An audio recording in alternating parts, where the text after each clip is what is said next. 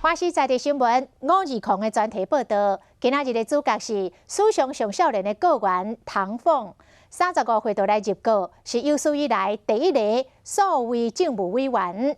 翠暗地图、翠暗实名制拢是伊创建的。唐凤用数位科技来抗疫，创造无限的可能。今天是用英文吗？中文。是文档。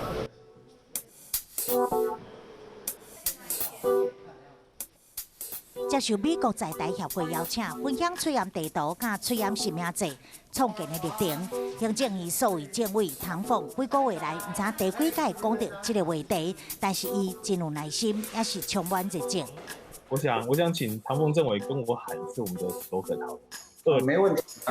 2020闪密要赢2020闪密要赢。抗疫大战开打以来，台湾的翠暗国家队迅速建立口碑。近来除了捌翠暗制作的产业高手，也有唐凤所带领的键盘高手。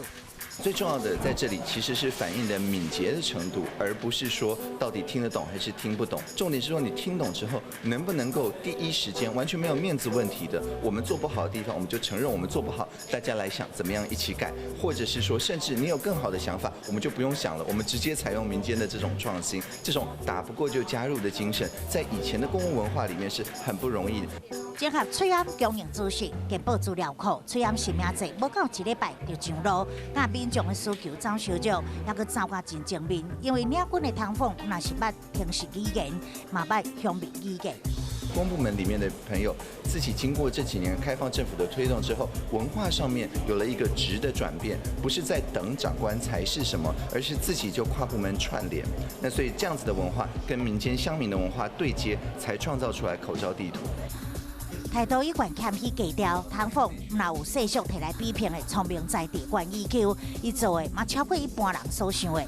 2016年入阁正做完全无经历数位政委，推动总统杯、黑客松，集结乡民创意，且停实设计 APP， 嘛催生电竞替代役，互电竞选手会当一面服兵役，一面延续职业生涯。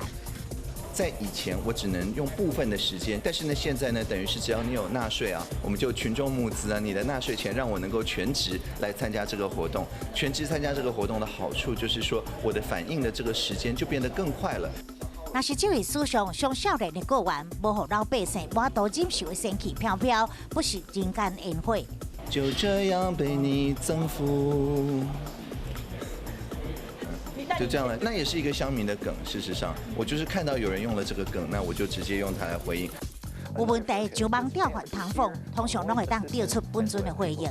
那我就会直接在 social media 上面去用搜寻的方式找正在对这个东西有怎么样的评价。我能够贡献的，我就马上一句话回应；我不能贡献的，就像翻书一样，下一页我就 move on。我讲幸运一点嘛，唐凤嘛会使配合演出，念雅思戏员上去翕相，就出现着风格完全无同的唐凤。甘公是感觉经常穿同一领外套的伊无够怕。没有吵架了，他只是问我说：“他这样都不换洗吗？”我就说我每天都会洗。那你真的有实践吗？